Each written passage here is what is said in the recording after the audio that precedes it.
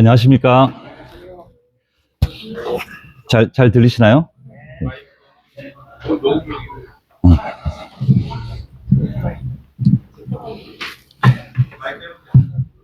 네, 잘 들으시죠? 네.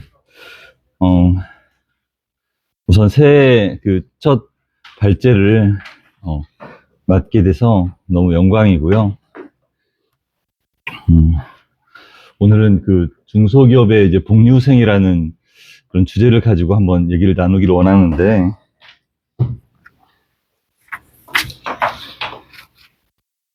페이지 넘기면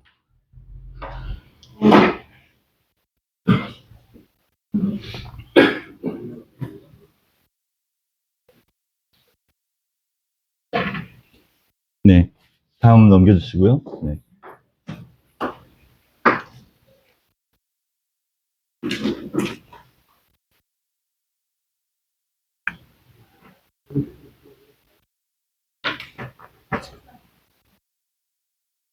네, 첫 화면 나올 때까지 지금 굿모닝 153 처음 잘 시작하고 있죠. 네, 거기 명단에 아직 오르지 않으신 분들은 하반기를 기대해 주시기 바랍니다. 또 하반기에 또 멋지게 여러분들의 그런 감동적이고 그리고 또 삶이 반영되는 그런 묵상들이 나눠질 거라고 생각을 합니다.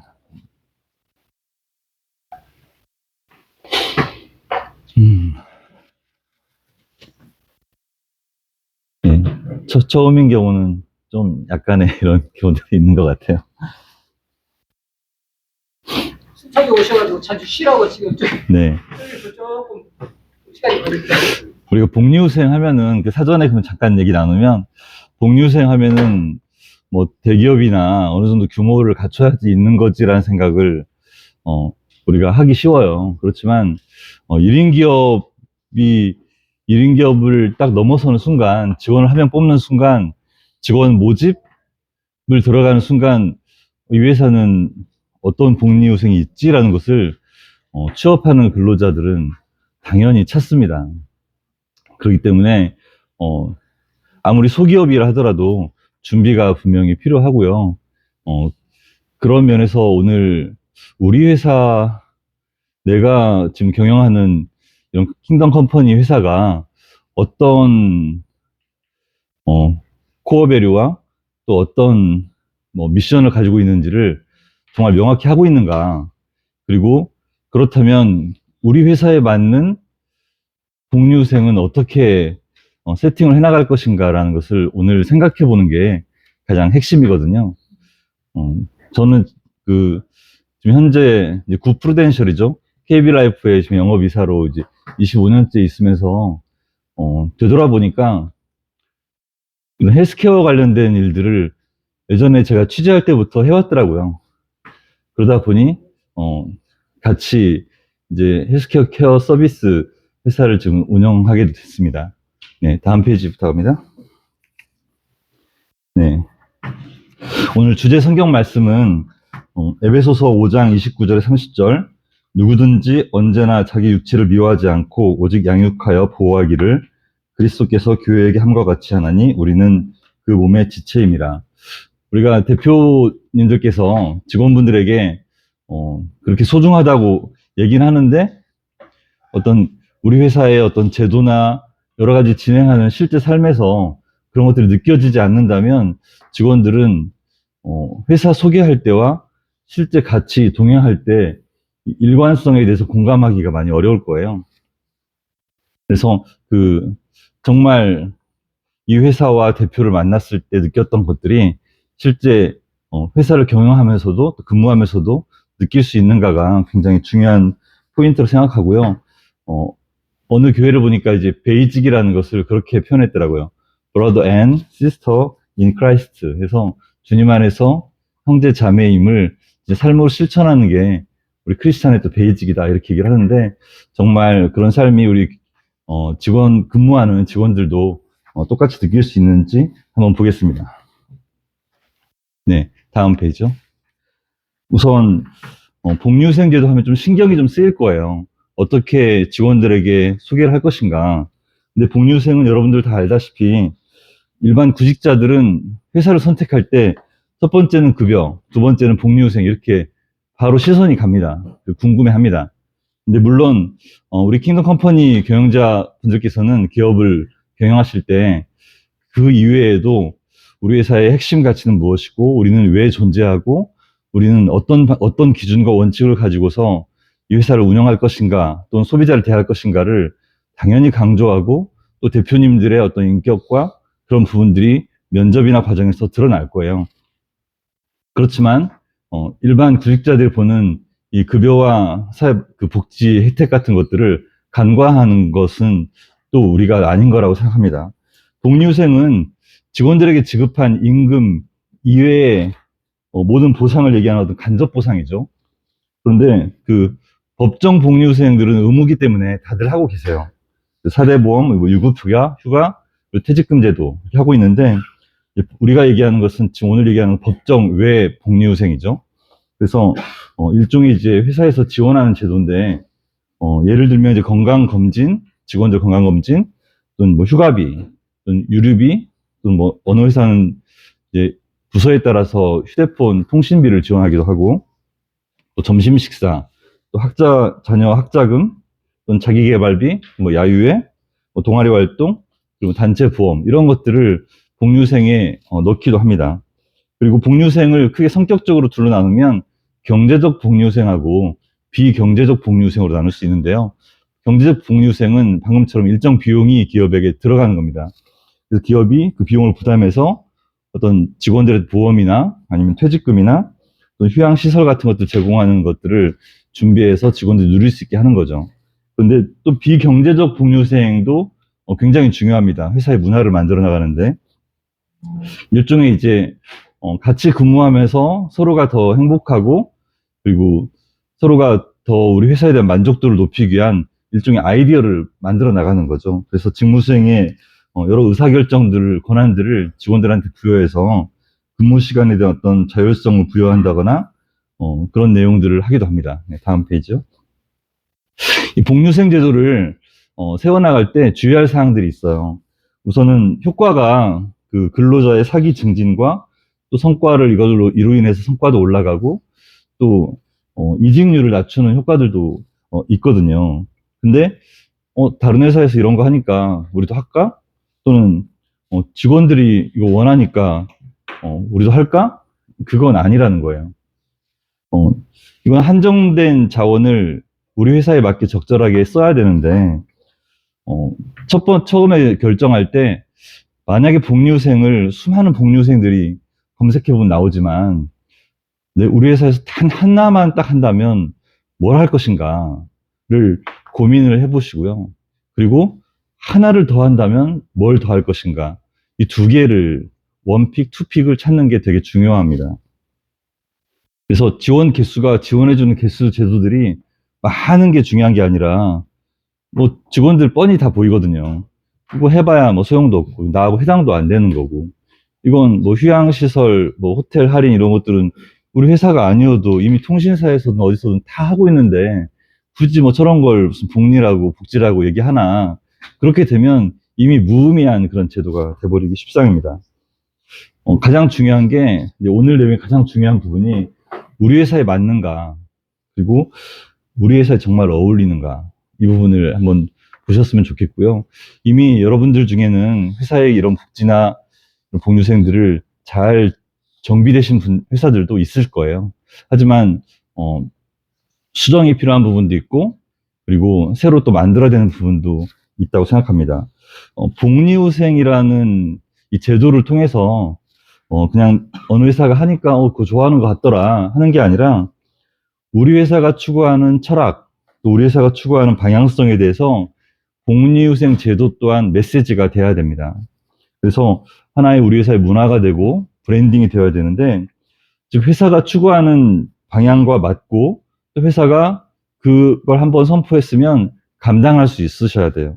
그래서 이 제도를 통해서 직원들과 함께 공감하고 던지는 메시지가 분명한 것이 굉장히 중요합니다. 예, 다음 페이지를 보면요. 방금은 이제 회사에 맞는가라는 거였다면 이것은 우리 직원에 맞는가라는 겁니다. 그래서 우리 직원이 구성원의 인적 특성을 고려해서 우리는 되게 젊은 층들이 되게 많은데, 이 20대 미혼 직원들과 40대, 50대 직원들의 니드는 다르죠. 그래서 기업 입장에서 어떤 분들은 우리 직원들이 어떤 복리후생 제도를 원하는지 한번 조사를 한번 해보겠다. 그런 대표님들이 계세요. 굉장히 위험합니다. 연령대도 다양할 뿐만 아니라 니드도 다양하고 그 얘기를 꺼내는 순간 직원들은 막 검색해 봅니다. 검색해 보면 다 대기업, 외국계 기업, 또 복리후생 잘 돼 있는 사례 막 이런 것들만 쭉쭉 나오기 때문에 직원들의 욕구나 눈높이만 높아지고 우리 회사하고 아예 맞지 않는 것들을 직원들이 막 써내는 경우들이 굉장히 많아요. 그래서 이건 직원들한테 설문하는 순간 이건 배가 산으로 가는 겁니다. 그럼 과연 그게 옳은 거냐? 옳지도 않아요. 왜냐면 우리 회사에 맞고 우리 회사가 한번 정했으면 웬만하면 특별한 큰일이 아니면 그것은 지켜나가야 되는 거기 때문에 이건 대표께서 우리 회사는 이런 미션과 이런 코어밸을 가지고 있기 때문에 여기에 맞는 이런 복리후생 제도를 우리는 하고 있다라고 선포하고 지원하고 서비스를 하는 거지 이걸 뭐 했으면 좋겠냐 이렇게 묻기 시작하면 서로의 욕구를 다 다르기 때문에 누구는 만족하면 누구는 관심도 없는 그런 제도들이 나와서 이걸 마치 민주주의인 것처럼 뭐 더 많이 원하는 사람만 그 항목을 정하겠다 이렇게 하는 순간도 거기에 그걸 원하지 않았던 나머지 사람들은 다 또 소외되거나 무관심하게 돼버리거든요. 그래서 이걸 정하는 절차를 그렇게 하는 것은 결코 옳지 않더라고요. 그런 경우들은 또 직원들이 바뀌거나 또 직원들이 요구사항이 나옵니다. 다시 한번 정비하자 막 이렇게 또 요구 나옵니다. 그러면은 다시 한번 그럼 또 설문조사하면서 또 의견을 모아봅시다 이렇게 얘기하는 순간 또 달라집니다. 그래서 이건 회사가 키를 가질 수도 없을 뿐만 아니라 계속 변동되는 그리고 만족 못하는 직원들이 굉장히 많아지는 그런 경우들이 많이 생깁니다.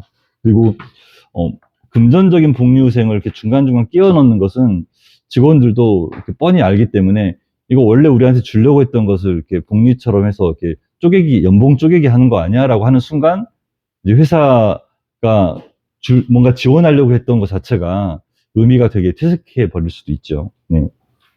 다음 페이지를 보면 제가 이제 일반 대기업 쪽 말고요, 그냥 중소기업이나 아니면 그 전후로 인해서 다양한 사례들을 한번 찾아봤어요. 어떤 것들이 있는지. 근데 우선 연차를 사용하는데 우리 회사는 100% 자유로운 연차를 사용하게 하겠다. 그래서 연중에 아무 때나 묻지도 따지지 않고 연차에 대해서는 100% 활용해라. 그러면 어차피 연차 사용하면서도 많은 적지 않은 회사에서 눈치 보는 직원들이 되게 많거든요. 근데 우리 회사는 연차 사용할 때만큼은 전혀 눈치 보지 말자. 이렇게 얘기를 하면 같은 연차를 사용하면서도 되게 마음 편안하게 배려해주면서 할 수가 있고요.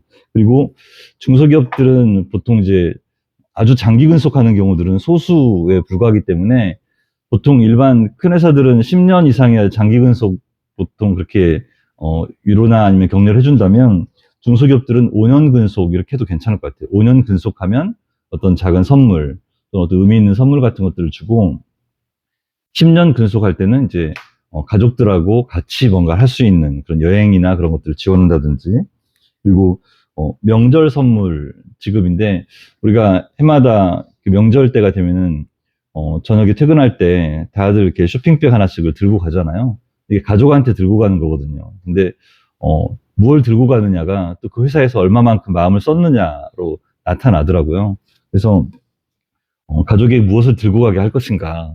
만약에 하나마나한 그런 것들을 그냥 형식적으로 하게 되면 직원들이 안 갖고 가요. 사무실에 놔버리더라고요. 네, 그런 경우들도 많이 있습니다. 또 회사 지원과 별도로 경조사나 아니면 생일 축하 이런 것들을 서로 할 수 있도록 사후회 조직을 만들어서 사후회를 회사가 좀 지원한다든지 좀 건강검진을 지원하는데 예를 들면 직원을 지원했다가 그 다음에 이제 회사가 좀 더 나아지고 여유가 생기면 이제 부부 건강검진을 지원한다든지 그리고 직원들이 또 젊은 직원들이 많은 경우는 가정의 달을 맞이해서 부모님 검진을 지원한다든지 이렇게 하게 되면 자녀들이 그 부모님에게 우리 회사에서 이렇게 지원한다라는 것을 얘기를 함으로써 부모님들이 아, 너희 회사는 부모까지 챙기냐 이런 얘기를 또 듣게 되는 거죠. 그리고 더 어려운 회사는 이제 제 클라이언트 중에서도 그런 분들이 있습니다. 건강검진 하는데 회사에서 다 지원을 못해요. 그러면은 건강검진 할 때 10만 원씩 지원하겠다, 15만 원씩 지원하겠다 이런 식으로 해서 직원들이 그러면 지원 받으니까 되게 적은 비용으로 이런 복리후생을 누릴 수 있구나 이런 것들을 선택할 수도 있는 거죠. 또 어느 회사는 연간 120만 원 이내에서 뭐 체력 단련비, 자기개발비, 문화생활비를 각각 120만 원으로 한 회사도 있고 통합해서 이런 문화생활이나 이런 것들을 120만 원 내서 지원하겠다 이런 데도 있고요. 또 도서비, 교육비는 직무 관련해서는 무한 지원하겠다 또 이런 회사들도 있더라고요. 또 가정의 날을 이렇게 정해서 매월 마지막 주 금요일은 뭐 오전 근무만 하게 한다든지 아니면 4시에 퇴근하게 한다든지 그러면 금요일 날 길 안 막히고 가족들하고 어딘가 떠날 수 있는 거죠. 그 몇 시간, 한 달에 몇 시간을 배려해 줌으로써 직원들이 가족들하고의 그런 시간들을 계획도 하고 확보할 수 있게끔 만드는 겁니다. 근데 가만히 보세요. 여기서 연간 들어가는 비용이 한 사람당 어느 정도 비용씩이 지금 들어가고 있거든요. 그러면은 어떤 선택을 할 때 우리가 회사가 처음부터 여유가 있으면은 다 하겠지만 회사가 여유가 없으면 안 할 거냐. 우리가 경제적인 어려움이 있는 상황에도 우리가 돕기도 하고 나누기도 하고 이렇게 섬기는 것처럼 그리고 그래야지 또 그게 우리의 습관이 돼서 여유가 되고 성장을 하게 되면 더 많은 것들을 섬기고 돕고 그렇게 하잖아요. 그런 것처럼 기업도 규모가 작고 어려울 때도 시도해 볼 수 있는 것들이 분명히 있고요. 적은 비용으로도 할 수 있는 게 분명히 있고 그리고 점점 여유가 되면 하나씩 검토해서 조금씩 개선하고 확장해 나가는 그런 방법도 되게 중요하다고 생각합니다. 제가 경험했던 회사들 중에서 사례 하나를 나누면요. 이 회사는 이제 코어 밸류가 이제 가족 사랑이에요. 그래서 당신들의 가족이 소중하다, 우리 고객의 가족이 소중하다 이런 것들을 계속 얘기하는 회사예요. 근데 그 회사의 복리후생 제도를 한번 보니까 10년 차 근무했던 사람에 대해서 제주도에 이제 가족 여행을 보내요. 그래서 항공하고 호텔을 우리가 이제 개인 가족 직원들이 그 제주도 여행 갈 때는 일반 호텔들이나 펜션 이렇게 가는데 이때만큼은 신라 호텔, 하얏트 호텔 이런 데를 예약할 수 있게끔 해주고 그래서 가족들이 2박 3일간 있을 때 되게 그 넉넉하게 그런 마음을 갖고 고마워하는 마음으로 가질 수 있도록 해주고 있고요. 종합검진은 이제 연령별로 또 커리어별로 종합검진을 매년 지원을 해주는데 이게 이제 하나의 문화로 자리 잡으니까 동료들끼리 서로 건강을 챙겨주는 대화들이 오가는 거예요. 그리고 자기 검진할 때 부부 같이, 가족 검진 같이 하고 하면서, 넌 언제 검진하냐? 나도 언제 한다. 우리 부부는 매년 이때 한다. 이런 얘기들을 직원들끼리 서로 소통하게끔 되는 거죠. 왜냐면 건강검진은 사실은, 내 직원이 아프게 되는 것을 미리 예방하는 거잖아요. 아프게 되면 그 직원도 고통스럽고 회사 업무도 지장이 생기잖아요. 부모님이 편찮으셔도 지장이 생기고 그래서 가족들끼리 서로 이렇게 챙기는 문화들을 가질 수 있고요. 또 직원이 이제 근무하던 직원이 이제 가족 곁을 떠나게 되면 퇴직금을 어차피 지급할 텐데 거기에 사망퇴직금을 추가로 더 지급하는 거예요. 그래서 어떻게 보면 그 이제 퇴직을 했기 때문에 어떤 이유든지 퇴직을 했기 때문에 우리하고는 이제 더 이상 연관이 없지만 그 유족들이 가장 힘들 때 이제 힘을 실어주는 근데 이건 직원과 가족들을 위하는 것 같지만 사실은 이건 회사를 보호하는 거거든요. 요즘은 업무상 재해로 인해서 사망사고나 이런 것들이 생겼을 때 절대 산재보험에서 끝나지 않습니다. 옆에 있는 변호사나 주변인들이 민사소송까지 다 가게 해요. 그걸 변호사들도 얘기를 하고 있고 그래서 이미 예를 들어서 35세 남자가 업무상 재해로 사망했다. 그러면은 그분이 60세까지 근무할 때까지의 그 급여를 일할 그 계산을 하고요. 또 퇴직금도 거기 맞춰 계산하고 유로금까지 계산을 해요. 그래서 본인 과실이 뭐 30%다 그러면 30%다 빼서 나머지 계산해가지고서 민사소송 금액이 나옵니다. 거기서 산재보상금 빼고 나머지를 사주에게 물어요. 소송이 들어오면 규모가 작은 경우는 그거 하나로 인해서 회사가 굉장히 큰 위기로 빠질 수가 있어요. 충분히. 왜냐하면 그건 예산에 잡혀있지 않은 그런 상황이기 때문에 그런 일도 있습니다. 예. 그리고 우리 회사가 나는 회사를 잘 성장시키면 직원들의 학자금을 지원하겠다. 근데 그건 정말 여유 있을 때죠. 그럼 아무것도 안 할 거냐? 그러기보다는 우리 직원들의 자녀가 대학을 입학할 때 또는 초등학교, 중학교, 고등학교 입학할 때 입학 축하금을 주겠다. 그러면 그거 1년에 지출 얼마 안 되거든요. 얼마 안 되는데 우리 아이가 초등학교 들어가니까 회사에서 축하해 주네. 이런 얘기들을 회사 사원들이 할 수 있는 거예요. 그리고 그때 이 회사는 어떤 걸 했냐면 그것도 이제 비용이 이제 예산이 어려우면 이제 유자녀 장학금이라는 것을 운영을 하는 거예요. 그래서 직원들이 어떤 일로 사고든 병이든 떠나면은 아까 사망퇴직금은 별하고 별개로 유자녀 장학금이라는 것을 만들어서 직원이었던 가족의 자녀의 장학금을 줄 때 회사 사무실에서 지원을 하는 거예요. 그래서 그 가족들도 정말 다르게 느끼게 하고 이걸 바라보는 직원들도 다르게 느끼게 하는 그런 제도들을 하고 있었습니다.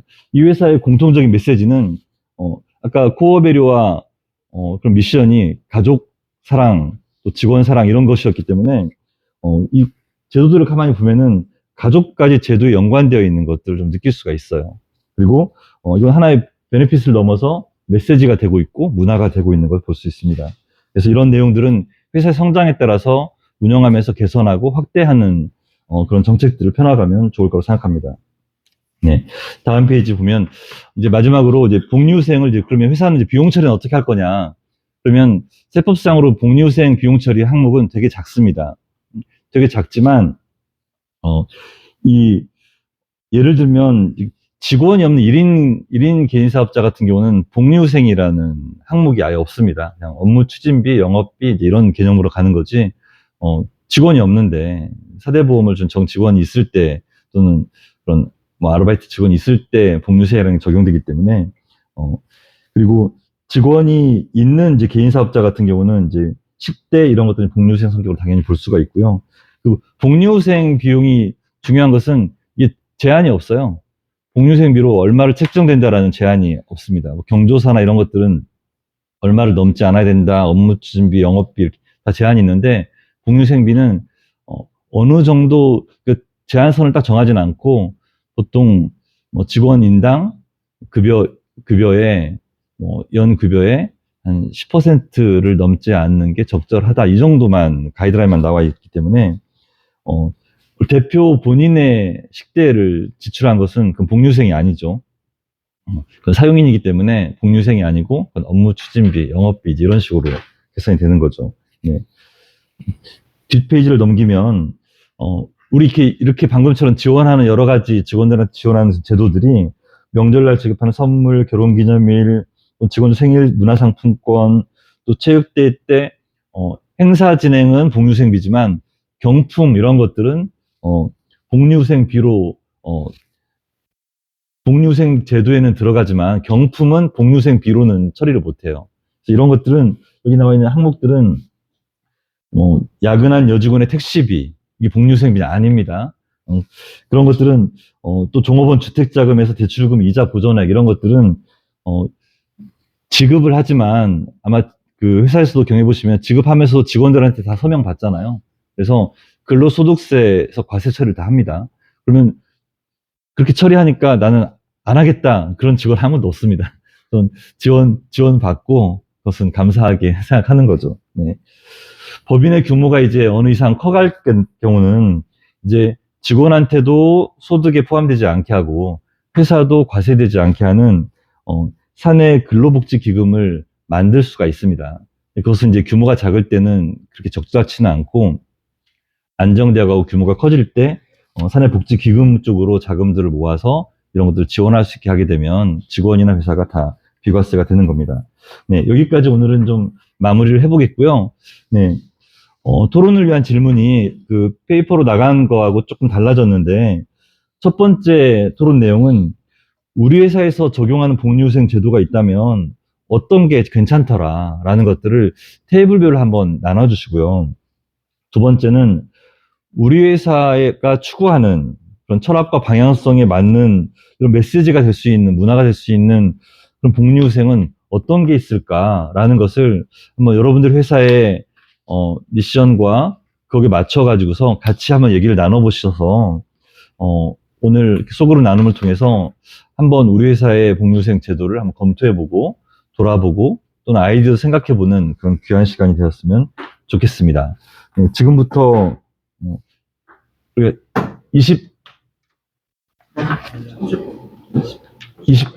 50분까지, 네, 50분까지 잘 테이블별로 나눠주시고 좀 이따 같이 또 공유하겠습니다. 감사합니다. 직원들이 퇴사를 할 때 어떤 이유로 나가는지를 물어보잖아요. 근데 정확한 이유를 잘 얘기 안 해요. 그리고 어차피 이제 떠날 회사라고 생각하니까 얘기를 안 하는 경우들이 많고, 또 하나는 그게 그렇게 얘기를 꺼내면 되게 사소한 것처럼 들려서 얘기를 안 하는 경우들도 있어요. 근데 그게 이제 어떻게 보면 우리 정서적으로 보면 서운한 거죠. 함께 같이 동료로서 있었다라는 거, 이 회사에 속했다라는 거에 대한 생각이 약해지게 되고 그런 어떤 계기가 있고, 그래서 참 작은 일로 인해서 서운해지게 되는 경우들이, 그래서 나가는 동료를 떠나는 동료들이 꽤 있거든요. 근데 이 복리후생이라는 것도 그거하고 연관이 되는 경우들도 종종 있어요. 왜냐면 자기는 이 회사를 나가서 이 회사 외에 이제 다른 동료들을, 친구들을 만나게 되면 다른 회사 소식들을 이렇게 듣게 되는데, 회사 상황을 알지만 이건 좀 너무한 것 같다, 이런 생각이 들 때 이제 마음이 식어버리는 거죠. 그래서 어떤 꼭 비용을 들여서 제도를 만드는 것도 중요하지만 함께하는 동료라는 것을 정말 따뜻하게 챙겨주는 그런 공동체 의식이 우리 회사 안에 있는가, 굉장히 중요한 것 같고요. 그리고 아까 이제 비용 얘기를 이제 여러 조에서도 하시는데 적은 비용으로 할 수 있는 것들이 있어요, 얼마든지. 그래서 그런 부분들이, 그럼 우리는 직원이 몇 명인데 적은 비용으로 뭘 할 수 있을까, 그런 것들을 좀 상의를 하고 싶거나 그러시면 말씀해 주시면 뭐 그 회사 상황과 또 회사의 어떤 모토와 이런 것들을 보고서 같이 한번 얘기도 한번 나눠보도록 하겠습니다. 제가 아는 한 회사는 캡슐 커피를 이제, 적은 캡슐 커피를 이제 제공을 했어요, 머신과 함께.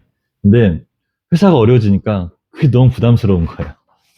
그래서 결국은 머신을 없애고 캡슐 커피 제공을 이렇게 끊게 됐는데, 그 상실감, 직원들의 상실감이 굉장히 크고요. 우리가 그건 별거 아닌 것 같은데, 뭐 커피야 뭐 하면서 이렇게 했는데, 그게 하루에 한 사람이 막 두세 개씩 하루에 막 먹기 시작하니까, 이게, 좋을 때는 몰랐는데, 어려워지니까 그 비용이 보통이 아닌 거예요. 그러니까 우리가 이렇게 잘 선택해야 되는 것 같아요. 어떤 건 선택을 하고서도, 지원을 하면서도 고맙다라는 얘기를 들을 수 있는 게 있고, 지원을 하면서도 별거 아니고 당연한 것처럼 느끼게 하는 그런 것도 있더라고요. 그래서 그런 것들을 잘 취사 선택했을 때 우리 기업과 우리 재무 상황에 맞는 그리고 동료들하고 직원들하고 함께 할 수 있는, 좀 더 따뜻하게 서로 챙겨준다는 그런 느낌을 줄 수 있는 그런 복리후생이 이루어지지 않을까 생각합니다. 오늘 같이 많이 나눠줘서 감사합니다.